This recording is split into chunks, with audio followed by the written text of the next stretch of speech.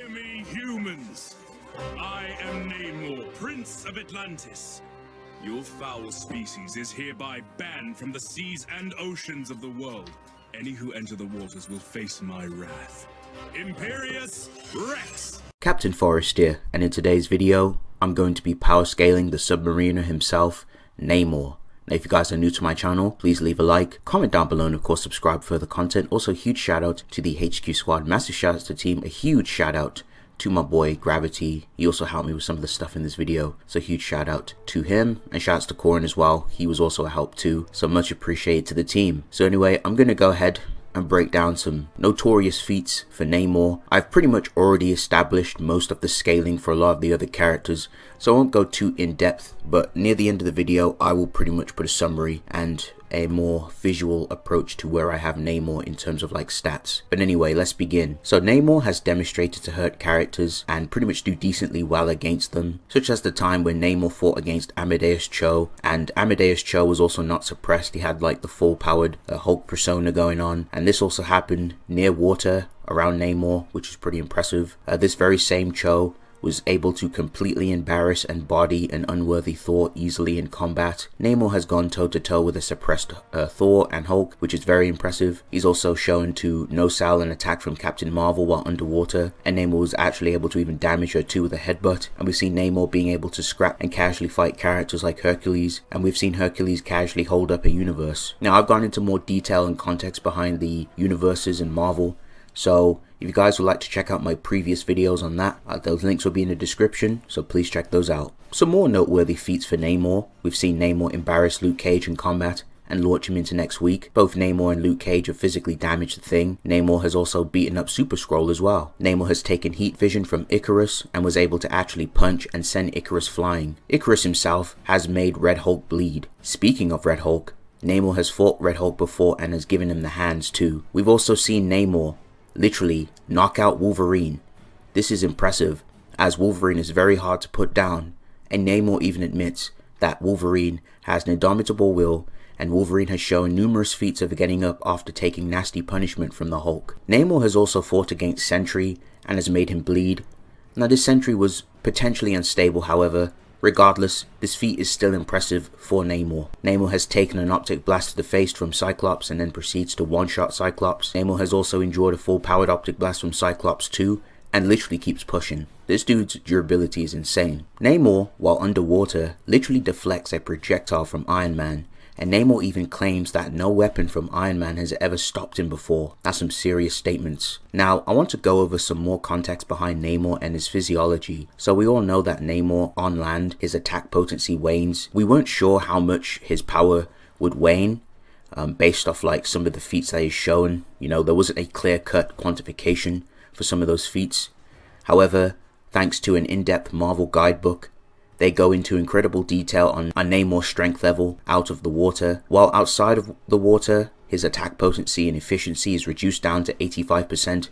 When he is submerged underwater, Namor is at full power, aka 100%. So even when Namor is out of water, his attack potency does not drop significantly, as most people would think. So still, Namor is still built different regardless, even in and outside of water. Due to Namor being a mutant and his hybrid physiology, Namor is able to perform many unique feats granted by his physiology and genetics. His eyes allow him to see great distances down in the ocean's darkest depths. His body is built for operating inside and outside of water, and he can withstand the extreme pressures underwater. He has enhanced senses, he can breathe inside and out of water, he swims twice as fast, and his skin is so durable it makes him virtually bulletproof. Namor also has some small wings on his ankles, which allows him to go airborne and fly. Now let's move over to speed. Even outside of water, Namor still displays some good speed feats. He can keep up and tag Human Torch in the air.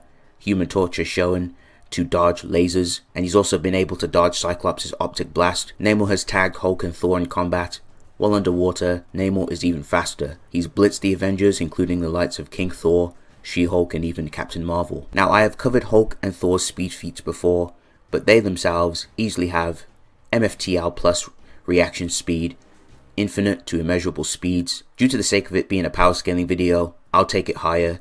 You can even potentially argue some irrelevant speed feats for Namor, but it would require more stronger and higher end arguments, such as using limbo. Namor and other characters such as Wolverine have traversed the conceptual realm of limbo. So that's going to round up speed. I'm going to move on to Namor's resistances. So Namor has some really good resistances. His physiology and willpower allow him to resist some of the effects of a laser spore weapon, which was designed to fill up his lungs with spores, which suck up all the oxygen inside of him. And despite being tortured on top of that, Namor is able to power through and beat the ever-living shit out of Venom. Namor can withstand electricity and also redirect it. Namor has endured extreme heat coming from Human Torch's body. Namor can also resist against radiation. Namor can actually interact and withstand Hellfire, which is a spiritual flame which burns the soul to ash. Namor has used his willpower to fight off and remove the Serpent Crown, which was messing with his mind. You can even make some arguments for Namor having resistance to BFR, sealing, and some time hexes. Namor has shown might compared to Hulk and Thor. His blows should be comparable to Hulk, who can punch away time storms and punch down dimensional barriers. Namor has punched his way out of a situation many times, such as the time he was sealed up.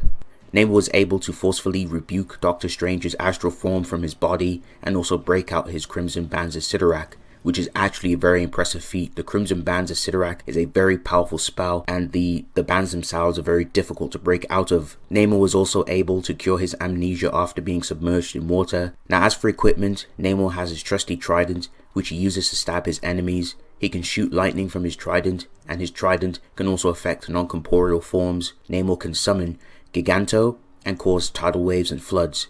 He can communicate with the sea life creatures and also summon his army to help him in combat.